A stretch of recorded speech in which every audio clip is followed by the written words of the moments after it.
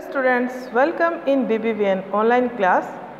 Last class में हम अपने चैप्टर 5 दोस्त की पोशाक के प्रश्नोत्तर कर रहे थे। उसमें जितने भी प्रश्नोत्तर बुक में करने थे हमने कर लिए हैं। अब हमें नोटबुक के प्रश्न और उत्तर करने हैं। इसमें आपका सबसे पहला प्रश्न जो आपकी बुक में दिया हुआ था वो हमने नहीं किया था। वह प्रश्न था, वहाँ पे खाली जगह आपकी बुक में दी हुई थी और प्रश्न था तुम्हारे सवाल। कहानी के बारे में कोई 5 प्रश्न बनाकर बुक में लिखने हैं और उसके उत्तर कहाँ लिखने हैं? उत्तर पुस्तिका में। तो आप डायरेक्ट प्रश्न और उत्तर दोनों ही अपनी नोटबुक में लिखेंगे।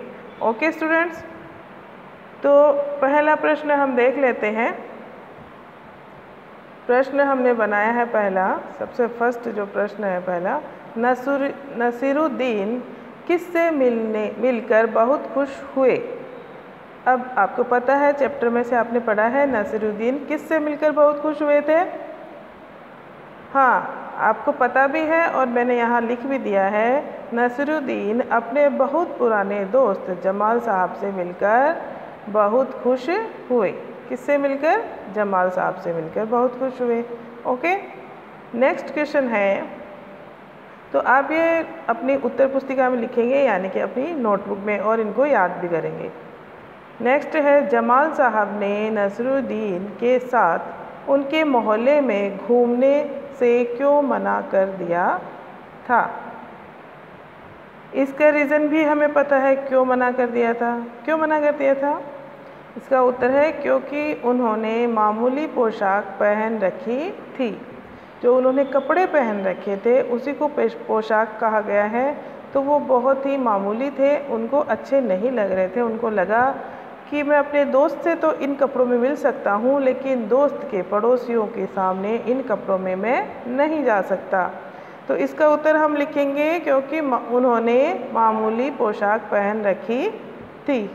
ओके, तो आप यहाँ पे लिखेंगे उन्होंने मामूली पोशाक पहन रखी थी। ओके स्टूडेंट्स, इसमें से आप क्योंकि लिखें तो ठीक है, नहीं तो आप हटा भी सकते हैं। ओके, नेक्स्ट है प्रश्न नंबर 3। प्रश्न नंबर 3 यहाँ पे है आपका कि यह सुनकर जमाल साहब पर तो मानो घड़ों पानी पड़ गया। क्या सुनकर जमाल साहब पर घड़ों पानी पड़ गया? क्या सुनकर? इसका उत्तर है, जमाल साहब नसीरुद्दीन की अचकन पहनकर उनके मोहल्ले में घूमने निकले। दोस्त को लेकर नसीरुद्दीन पड़ोसी के घर गए। पड़ोसी से उसका परिचय करवाते हुए नसीरुद्दीन ने कहा, इन्होंने जो अचकन पहन रखी है वह मेरी है। यह बात कही। अब यह बात सुनकर जमाल साहब पर घड़ों पानी पड़ गया, यानी कि वो बहुत ज़्यादा शर्मिंदा हो गए। यह मैंने आपको बताया था मुहावरा है और मुहावरे का ही यहाँ पे प्रयोग किया गया है। ओके, तो इसका उत्तर आप यही लिखेंगे, जमाल साहब नसीरुद्दीन की अचकन पहनकर उनके मोहल्ले में घूमने निकले। दोस्त को लेकर नसीरुद्दीन पड़ोसी के घर गए। पड़ोसी से उनका परिचय करवाते हुए नसीरुद्दीन ने कहा, इन्होंने जो अचकन पहन रखी है वह किसकी है? वह मेरी है। यह सुनकर जमाल साहब पर घड़ों पानी पड़ गया। नेक्स्ट है हमारा चौथा प्रश्न, नसीरुद्दीन ने किससे माफ़ी मांगी। नसीरुद्दीन ने किससे माफ़ी मांगी थी? अपने दोस्त से, जमाल साहब से ना। तो इसका उत्तर यही होगा, नसीरुद्दीन ने अपने दोस्त जमाल साहब से माफ़ी मांगी, क्योंकि जमाल साहब नाराज़ हो गए थे। बार बार में अचकन की बात करी जा रही थी, इस वजह से जमाल साहब नाराज़ हो गए थे। तो नसीरुद्दीन जो है वो बड़ा सीधा साधा ही था, इसलिए उसने उनसे माफ़ी मांग ली। अब हम 5वां प्रश्न करेंगे। प्रश्न नंबर 5 है, क्या नसीरुद्दीन ने जानबूझकर गलती की? आपको क्या लगता है, नसीरुद्दीन ने जानबूझ के गलती की थी?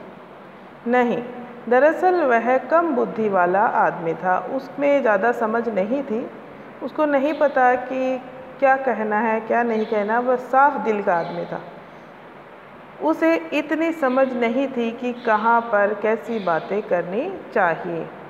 तो उसने जो भी बोला, जो भी गलती करी और अपने दोस्त के बारे में कहा कि यह अचकन मेरी है, या इन्होंने जो अचकन पहन रखी है वह मेरी नहीं है, ऐसी सब बातें उसने करी थी अपने दोस्त के बारे में, तो वह उसने जानबूझ के नहीं बोला।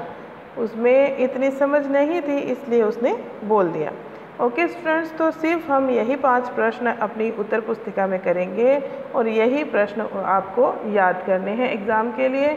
और आपकी बुक में जो आपको करवाए हैं मैंने फिल इन द ब्लैंक्स, वो भी आपको समझने हैं और लर्न करने हैं।